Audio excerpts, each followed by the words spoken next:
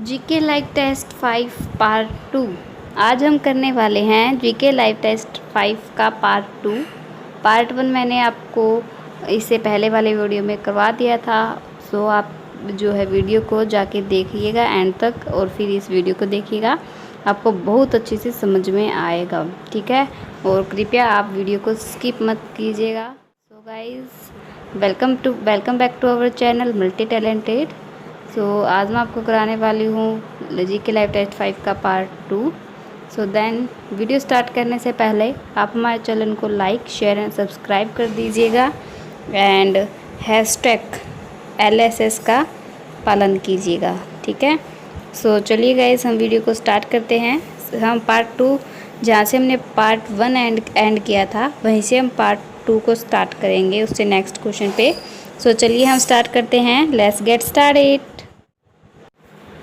कल जो हमने क्वेश्चन करवाया था उससे नेक्स्ट क्वेश्चन है, अंतर्राष्ट्रीय मुद्रा कोष IMF इंटरनेशनल मॉनेटरी फंड अस्तित्व में आया जो है किस सम्मेलन में अस्तित्व में आया था? बर्लिन सम्मेलन, लंदन सम्मेलन, ब्रेटन वुड्स सम्मेलन, टोक्यो सम्मेलन। किस सम्मेलन में अस्तित्व में आया था? तो इसका हम सोल्यूशन देख लेते हैं। इसका आया था ब्रेटन वुड्स सम्मेलन में। जब ब्रेटन वुड्स सम्मेलन हुआ था जिसे आधिकारिक तौर पर संयुक्त राष्ट्र मौद्रिक और वित्तीय सम्मेलन के रूप में जाना जाता है। ठीक है, और इसमें जो है 44 देशों ने प्रतिनिधित्व का एक समूह था जो 1 जुलाई से 22 जुलाई 1944 यानी 1944 तक ब्रेटन वुड्स या फिर न्यू हैम्पशायर में मिले थे। ठीक है, तो ब्रेटन वुड्स सम्मेलन में इंटरनेशनल मॉनेटरी फंड जो अस्तित्व में आया था। तो नेक्स्ट क्वेश्चन है, संयुक्त राष्ट्र सुरक्षा परिषद में निम्नलिखित शामिल होते हैं।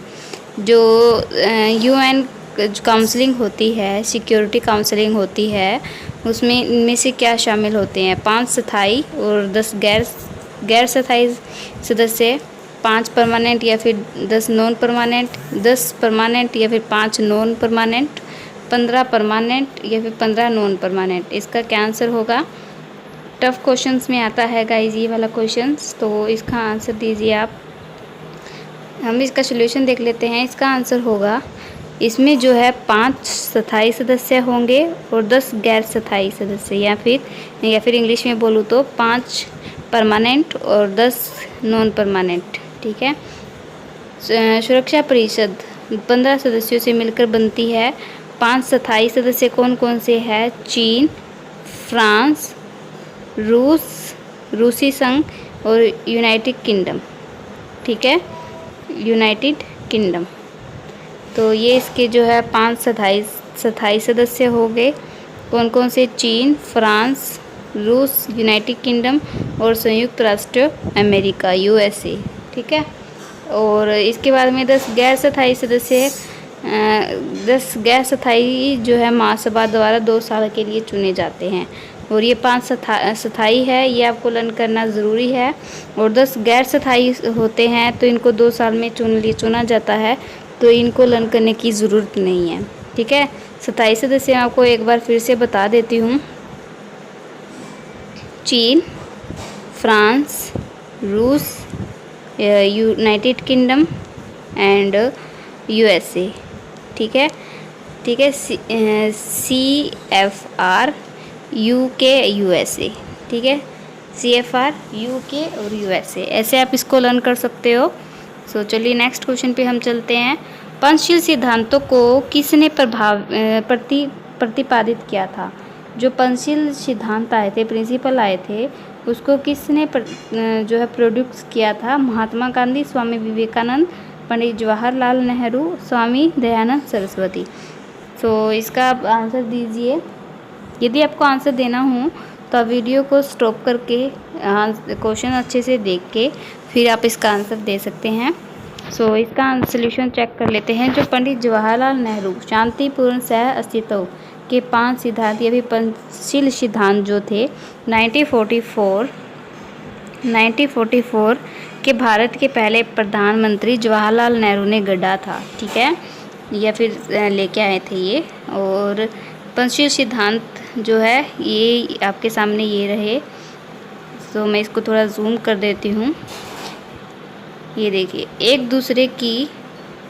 दूसरे की प्रादेशिक अखंडता और सर्वोच्च सत्ता के लिए पारस्परिक सम्मान की भावना, ये फर्स्ट था। अनाक्रमण की भावना, एक दूसरे के आंतरिक मामलों में हस्तक्षेप न करना, समानता और पारस्परिक लाभ और शांतिपूर्ण सह अस्तित्व की भावना का विकास, ये सिद्धांत। ठीक है, तो आप भी अपने जीवन में इसको लेके आए। सो नेक्स्ट क्वेश्चन है हमारा, निम्नलिखित में से कौन भारत की पहली मिस यूनिवर्स थी? बिल्कुल इजी क्वेश्चन है आपके सामने। भारत की पहली मिस यूनिवर्स कौन थी? मिस यूनिवर्स होता है जो मतलब सुंदर हो भारत की, तो रीता फारिया, सुष्मिता सेन और ऐश्वर्या राय आएगा। ऐश्वर्या सेन नहीं आएगा यहाँ पे, ऐश्वर्या राय आएगा। ठीक है, और दिया मिर्ज़ा। हम इसका सॉल्यूशन देख लेते हैं। सुष्मिता सेन, 1994 में सुष्मिता सेन ने मिस इंडिया का ताज जीतने के बाद मिस यूनिवर्स का खिताब भी जीता और मिस यूनिवर्स का ताज जीतने वाली पहली भारतीय महिला बन गई। और उसी वर्ष मिस इंडिया की जो है उपविजेता ऐश्वर्या राय ने मिस वर्ल्ड का खिताब जीता। ठीक है, सो इससे हमारा नेक्स्ट क्वेश्चन है, लोकपाल का विचार निम्नलिखित में से किस देश के लिए लिया गया था? जो लोकपाल होते हैं तो उनका जो विचार है कौन से देश से लिया गया था? यूएसए, चीन, स्वीडन, ऑस्ट्रेलिया। हम इसका आंसर देख लेते हैं। स्वीडन, जो ओम्बड्समैन शब्द स्वीडिश मूल का है और ओम्बड्समैन जो संस्थान को 1809, ठीक है, 1809 में स्वीडन में पहली बार स्थापित किया गया था। इस वर्ड को आप लर्न कर लीजिए, ओम्बड्समैन। ठीक है, कब संस्थान किया गया था? 1809 में। ठीक है, संस्थान या फिर एस्टेब्लिशमेंट, इसका स्वीडन आंसर आएगा लोकपाल का।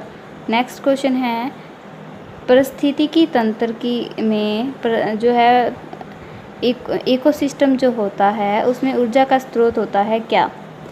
सूर्य, हरे पौधे, प्रकाश संश्लेषण में उत्पादित कार्बोहाइड्रेट या फिर एटीपी। इकोसिस्टम में जो होता है ऊर्जा का स्रोत क्या होता है? हम इसका सॉल्यूशन देख लेते हैं। जो हमारी सनलाइट्स होती हैं वो इकोसिस्टम में ऊर्जा का स्रोत मानी जाती है। एक पारिस्थितिकी तंत्र के लिए ऊर्जा का सबसे बड़ा स्रोत होता है सूर्य। एक पारिस्थितिकी तंत्र में उपयोग नहीं की जाने वाली ऊर्जा अतः ऊष्मा के रूप में नष्ट हो जाती है। ठीक है, ये इसका आंसर होगा। सो चलिए हम नेक्स्ट क्वेश्चन पे चलते हैं। सबसे स्थिर पारिस्थितिकी तंत्र कौन सा है जहाँ पर सबसे ज़्यादा सनलाइट आती है? बिल्कुल इजी क्वेश्चन है, आप देख के ही पहचान लोगे। रेगिस्तान, महासागर, पर्वत, जंगल। जहाँ पर सबसे ज़्यादा सनलाइट आती है वो का क्या है? बिल्कुल इजी है, वो है आपका महासागर। एक स्थिर पारिस्थितिकी तंत्र वह पारिस्थितिकी तंत्र है जिसमें संरचना और कार्य लंबे समय तक अप्रभावित रहते हैं। इन सभी उपरोक्त पहलू का आधार महासागर को प्रकृति में सबसे स्थिर पारिस्थितिकी तंत्र माना जाता है। ठीक है, तो इसका आंसर ओशियंस होंगे। सो नेक्स्ट क्वेश्चन है, हवा के बल और वेग को मापने के लिए किसका यूज़ किया जाता है? एमीटर, एनीमोमीटर, अल्टीमीटर या फिर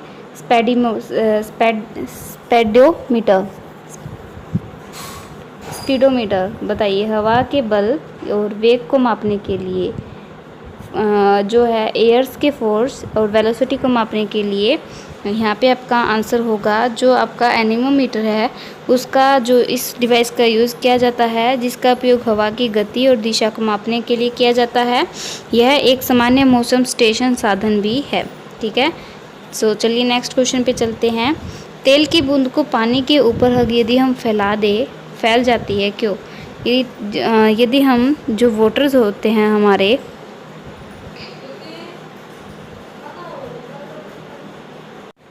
इस क्वेश्चन में बोला गया आपको जो वाटर होता है, ये जैसे हमारा पानी है, यदि इसके ऊपर हम तेल का ड्रॉप डाल दें, एक ऐसे वाला तेल का ड्रॉप डालते तो वो फैल जाता है। क्यों?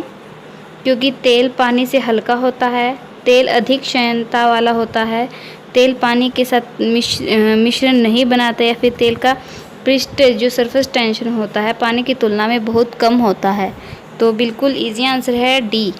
ठीक है, पानी का जो पृष्ठ तनाव तेल की तुलना में अधिक होता है, इसलिए जब पानी के ऊपर तेल डाला जाता है तो पानी के पृष्ठ तनाव का अधिक मान तेल के सभी दिशाओं में खींचता है और इस प्रकार यह पानी के ऊपर फैल जाता है। ठीक है, सो इसे नेक्स्ट क्वेश्चन पर हम चलते हैं। एक फोटो सेल में प्रकाश ऊर्जा को रूपांतरित किया जाता है। एक जो फोटो सेल होता है उसमें प्रकाश ऊर्जा को रूपांतरित किया जाता है किसमें? पोटेंशियल एनर्जी में, केमिकल एनर्जी, हीट एनर्जी या फिर इलेक्ट्रिकल एनर्जी। सो गाइस, इसका भी आपका सामने आंसर होगा इलेक्ट्रिक एनर्जी। सो इसका हम सोल्यूशन देख लेते हैं। एक फोटो सेल में प्रकाश ऊर्जा को विद्युत ऊर्जा में रूपांतरित किया जाता है। ठीक है, सो इससे नेक्स्ट क्वेश्चन है हमारा, निम्नलिखित में से किस मंत्रालय में देश के विभिन्न हिस्सों में फंसे विदेशी पर्यटकों की मदद के लिए भारत के फंसे नामक, ठीक है, भारत के फंसे नामक एक पोर्टल लॉन्च किया गया है? कौन से मंत्रालय ने लॉन्च किया है ये? आयुष मंत्रालय, मानव संस्थान विकास मंत्रालय, पर्यटन मंत्रालय या फिर गृह मंत्रालय? बिल्कुल इजी क्वेश्चन है, बिल्कुल इजी आंसर होगा इसका। आपको क्वेश्चन में देख के आंसर पता चल जाना चाहिए। सी, पर्यटन मंत्र, जो आपका टूरिज़्म होता है, टूरिज़्म मिनिस्ट्री, वो। ठीक है, टूरिज़्म मिनिस्ट्री ने देश के विभिन्न हिस्सों में फंसे विदेशी पर्यटकों की मदद के लिए भारत में फंसे नामक एक पोर्टल लॉन्च किया और ये जो वेब है standardindia.com, ये वेब है। ठीक है, इसे नेक्स्ट क्वेश्चन है ये आपके सामने। ये नेक्स्ट क्वेश्चन है, इसका आंसर दीजिए। निम्नलिखित में से कौन 19वें एशियाई खेलों का आधिकारिक शुभंकर है? ठीक है, कौन है? चिनचैन, कोंग, लिया नीलियन या फिर उपरोक्त सभी? 19वें एशियाई खेलों का आधिकारिक शुभंकर, इसका आंसर होगा डी, तीन रोबोट जिनके नाम है कोंग, लियानियोल और चिनचैन, 19वें एशियाई खेलों के आधिकारिक शुभंकर है। ठीक है, सो चलिए नेक्स्ट है, किस राज्य सरकार ने यूनिसेफ के सहयोग से एक ऑनलाइन सांस्कृतिक प्रतियोगिता मो प्रतिभा शुरू की है? कौन से देश ने कौन से कंट्री ने शुरू की है? केरल, गुजरात, असम, उड़ीसा? इसका आंसर आपके सामने उड़ीसा सरकार ने यूनिसेफ के साथ मिलकर लॉकडाउन के दौरान घर पे रह रहे बच्चों के और युवाओं को जोड़ने के लिए एक ऑनलाइन प्रतियोगिता कार्यक्रम मो प्रतिभा शुरू की है। ठीक है, सो चलिए नेक्स्ट है, ये आपके सामने क्वेश्चन है, फीफा अंडर 17 महिला विश्व कप टूर्नामेंट को कोरोना वायरस महामारी के कारण स्थगित कर दिया गया है। यह किस देश में खेले जाने वाला था? Bharat, Japan, America, Brazil? इसका आंसर है आपके सामने भारत में। फीफा ने भारत में कोरोना वायरस महामारी चलते अंडर 17 महिला विश्व कप को स्थगित कर दिया। 2 से 21 नवंबर तक देश में अंडर 17 महिला विश्व कप का आयोजन 5 स्थानों पर किया जाना था। ठीक है, सो नेक्स्ट क्वेश्चन है हमारा, दूरसंचार विवाद निपटान और अपीलीय न्यायाधिकरण यानी TDSAT के चेयरमैन कौन हैं? बताइए।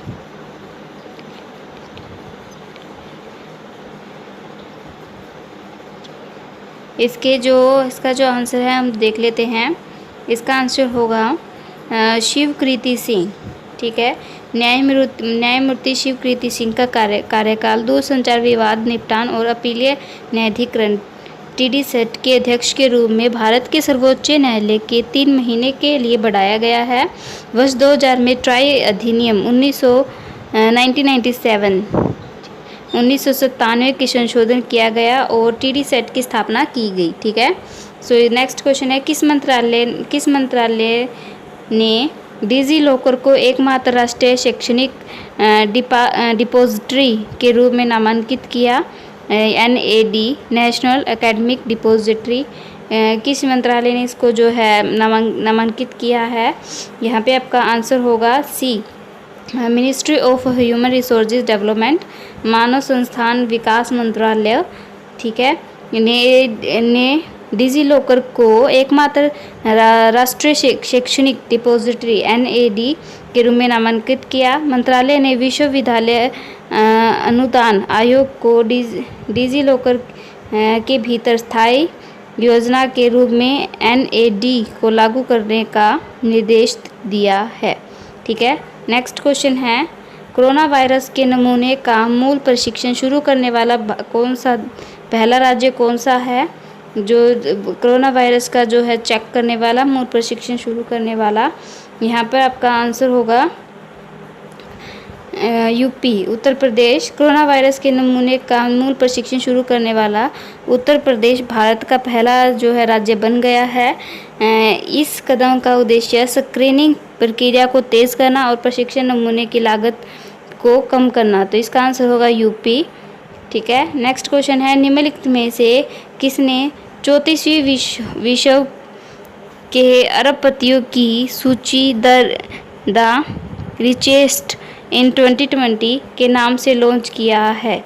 किसने लॉन्च किया है? फॉर्चून, फोर्ब्स, वाइल्ड या फिर टाइम्स? किसने लॉन्च किया है? फोर्ब्स ने दुनिया की 34वीं वार्षिक अरबपतियों की सूची the richest in 2020 the list title, इसका जो टाइटल होगा the richest in 2020 has been topped by जो अमेज़न के जो अमेज़न के कार्यकारी है, चीफ एग्जीक्यूटिव है जेफ बेजोस। ठीक है, जेफ बेजोस है। नेक्स्ट क्वेश्चन है, निम्नलिखित में से कौन सा शहर 2021 में 2008वें भारतीय विज्ञान कांग्रेस के वार्षिक स्तर की मेजबानी करेगा? पुणे, भोपाल, जयपुर, आगरा? इसका आंसर होगा आपका पुणे। ठीक है। Indian science Congress association ISCA, Indian science Congress association ने घोषणा की कि पुणे में 3 से 7 जनवरी 2021 को 108वें भारतीय विज्ञान कांग्रेस के वार्षिक स्तर की मेजबानी करेगा। नेक्स्ट क्वेश्चन है, मास्टर कार्ड द्वारा संचालित सह ब्रांड क्रेडिट कार्ड लॉन्च करने के लिए भारत के निजी क्षेत्र में बैंक के RBL बैंक, ठीक है, बैंक के RBL बैंक ने ऑनलाइन फूड ऑर्डरिंग और डिलीवरी ऐप के साथ साझेदारी की है। कौन से फूड ऐप के साथ? जोमेटो, स्विगी, डोमिनोज या फिर उबर ईट्स? इसका आंसर होगा आपके सामने जोमेटो के साथ जो है RBL बैंक ने जो साझेदारी की है। और बाकी तो यहाँ पे आपके जो है 40 क्वेश्चंस कंप्लीट होते हैं। मैं आपको एक बार ये पढ़ के सुना ही देती हूँ। भारतीय निजी क्षेत्र का बैंक RBL बैंक, जिसे पहले रत्नाकर बैंक लिमिटेड के नाम से जाना जाता था, ने मास्टर कार्ड द्वारा संचालित सह ब्रांडेड क्रेडिट कार्ड लॉन्च करने के लिए ऑनलाइन फूड ऑर्डरिंग और डिलीवरी ऐप जोमेटो के साथ साझेदारी की है। ठीक है। यहाँ पे आपका GK लाइव टेस्ट, एक मिनट मैं सो गाइज़ यहाँ पे आपका GK लाइव टेस्ट 5 एंड होता है। सो हम नेक्स्ट में आपके GK लाइव टेस्ट 6 करने वाले हैं या फिर साइंस लाइव टेस्ट स्टार्ट करेंगे। सो गाइज़ मैं जो एक कमेंट पिन करूँगी कि आपको पेड कोर्स चाहिए या नहीं, तो आप मुझे इस कमेंट के नीचे बताना, तो हम एक पेड कोर्स स्टार्ट करेंगे। पहले आप मुझे इस बात का जवाब दे देना और फिर मैं आगे की आपको प्रोसेस बताऊंगी। ठीक है। सो चलिए गाइज़ ठीक है, पेड कोर्स हम लॉन्च करेंगे और नीचे मैं कमेंट पिन कर दूंगी मेरा, तो आप मुझे उसमें जो है बता देना किस किस को चाहिए या नहीं चाहिए, या फिर लाया जाए या फिर नहीं लाया जाए। ठीक है। सो गाइज़ चलिए मिलते हैं नेक्स्ट वीडियो में। कमेंट में आंसर देना वीडियो कैसा लगा, लाइक, ठीक है, ताकि आपको नए नए नोटिफिकेशन अपडेट्स मिलते रहें।